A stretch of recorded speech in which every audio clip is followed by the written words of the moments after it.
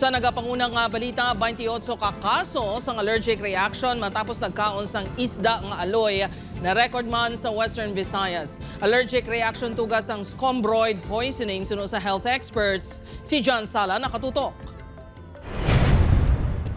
Ginhatag lang sa pamilya Santiago sa Barangay Haina Sur, Hamindan Capiz ang isda nga aloy. Ngayon luto para sila panyapon sa Domingo, Abril 5. Apang matapos ang pila ka minutos, nakabatsyag sila sa pagpalangatol sang kalawasan, pagsakit sang ulo, mabudlay nga paginhawa, pagpalamula sang mata kag pagpinot sang dughan. 8 sila tanan nga naka-eksperyensya sang allergic reactions, nakip na ang 8 ka bulan nga lapsag. Mga past 8 na siguro sang gabi, nag-chat siya sa amon kay may group siya mag-uluto. Nag-chat siya, hambal niya, nagalain ko na iya kumatsyag kay daw kapang pamula iya nga dresser ho, nag-send siya sang picture, kapamula iya nga pisngi. Hambal naman sang mga utod ko, base na ano lang siya bala, base gina high blood siya or ano. Tapos dugay-dugay naman siya, after mga 3 minutes o 3 to 5 minutes siguro, nag-chat naman siya nga, pati ko no ang mga bata, gapangatol, kag nagalain ng pamatsyag. 20 ka kaso naman sang kasubong ang mga sintomas matapos nga magkaon sang aloy ang na-record sa probinsya sang Iloilo. 3 sa mga nakabatsyag sang sintomas ang nagpakonsulta sa RHU, samtang ang 17 naman sa mga district hospitals. Nagapanawagan sa karon ng Iloilo PHO sa publiko nga likawan anay ang pagkaon sang aloy. Ang scombroid fish poisoning ani, nagkatabo kung ang isda ka nga isang aloy way na properly store. Magambal kita nga properly store pagkadakop sa aton nga manog isda.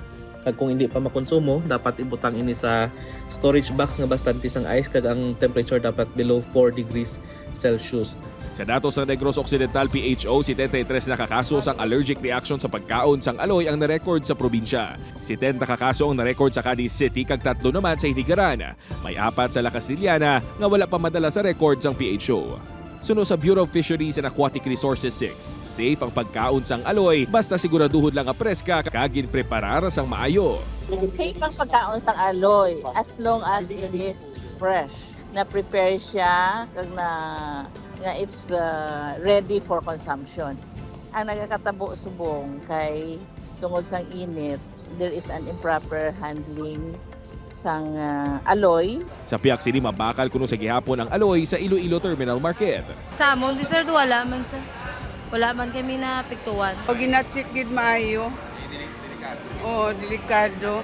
Kag hindi pilion mo gid ang preska nang medyo maano bala matigat.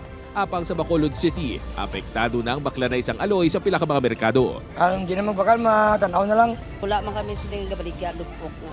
Upod kay Marvin Lauderes, John Sala.